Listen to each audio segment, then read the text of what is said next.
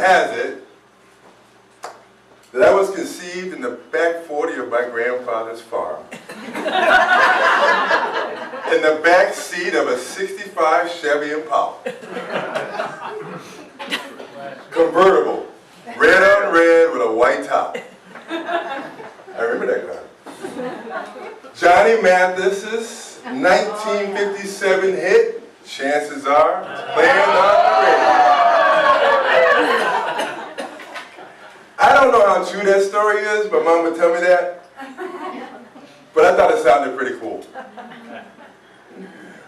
But what are the chances that I, Bernard Paige, son of a single mother, father to Michael and Nicholas, grandfather to Violet Quinn, husband to Diane of Pickford, the Pickford pistol, would be here tonight?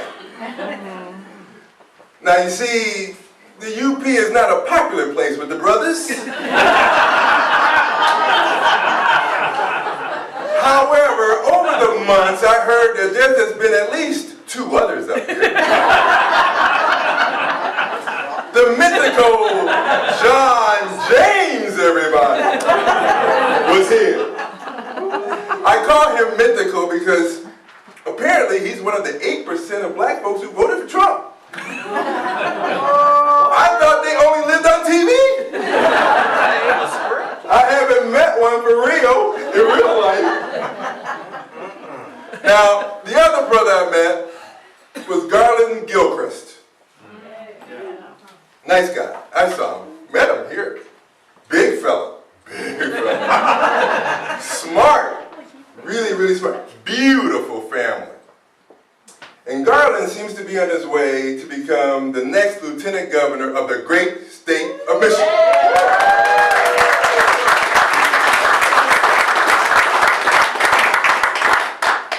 So what are the chances that this adorable brown fella from Chicago would be here tonight?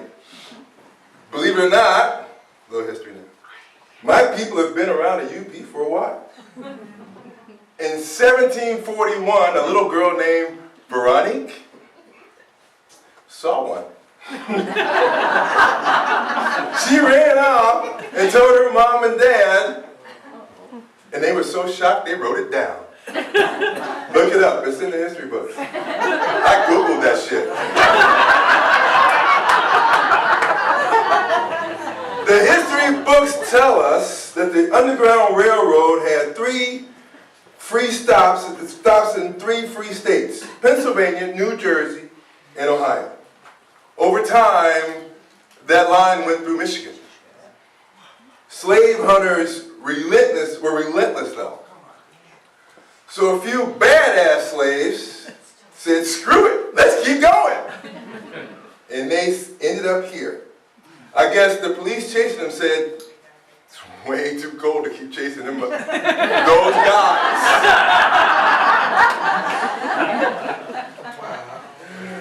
So let's go back south.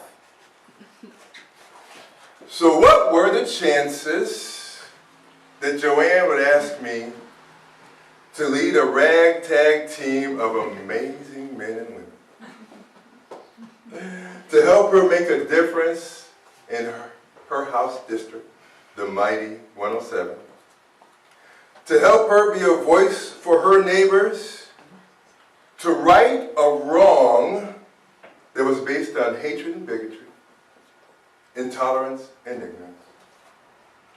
What were the chances that I would be out of work and just happen to have a little bit of time on my hands, and that my understanding wife would put up with me for 3 months and live up here for a while? Right? What are the chances that because of my support for Joanne, the Democrat, that Pickford would kick us out? And the Hoffman and the Peaks would take us in. My heart goes to you guys. Doc, Jenny, Patty, Bill, thank you from the bottom of my heart.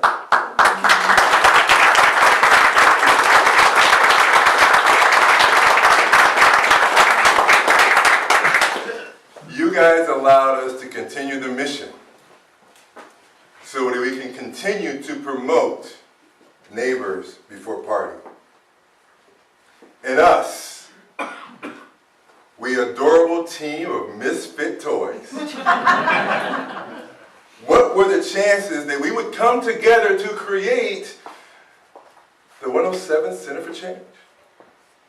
An idea that no matter your affiliation, Republican or Democrat, no matter your color, red or blue, huh? See, you guys know we are all neighbors. Whether across the street or the field, across the state or the nation, or across the oceans, we are all neighbors. And we put neighbor before party. That's right.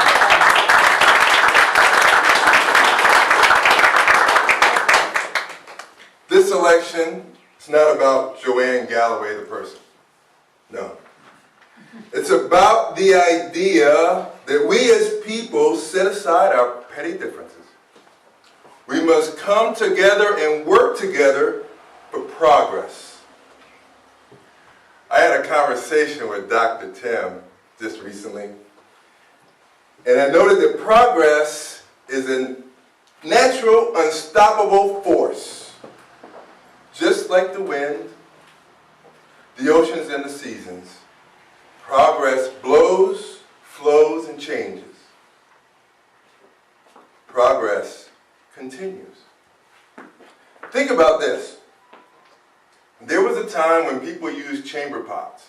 And they would fill them throughout the night and dump the contents out the window in the morning. Ladies and gentlemen, we don't do that anymore. Thank God. And that's progress. Today, Americans cast their vote. Thank you, Susan B. Anthony, Elizabeth Stratton, Lucy Stone, and so many others.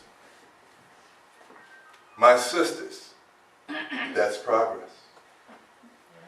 Today, Americans cast their votes.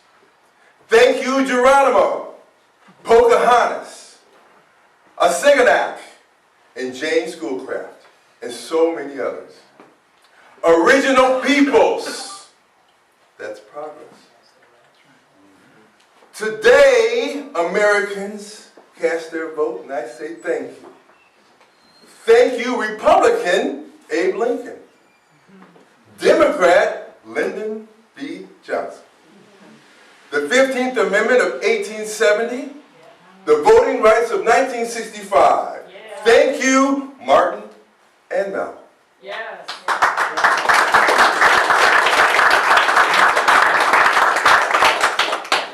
I want to thank my siblings.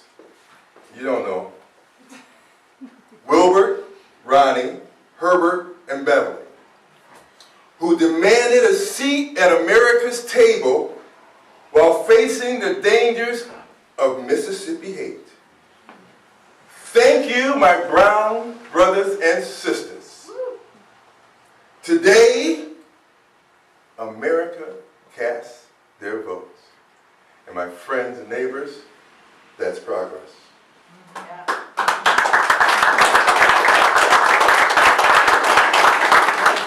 Progress occurs when we come together as neighbors, when we hold discussions and listen to both sides, when we compromise, when we find common bounds that hold us together as a nation, when we put neighbor before party. When we put neighbor before party, red waves and blue waves don't matter. The wave of your neighbor does. The wave of your friend does. The wave of a child does. When we put neighbor before party, we steer progress to a destination where we all enjoy the fruits of this country, where we all enjoy delight.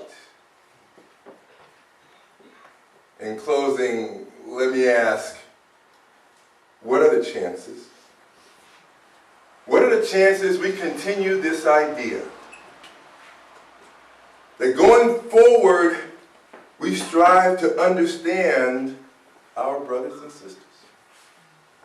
We work to alleviate their fears. We work to solve their problems. We work to mix the colors red and blue and put a new fucking crayon in the box.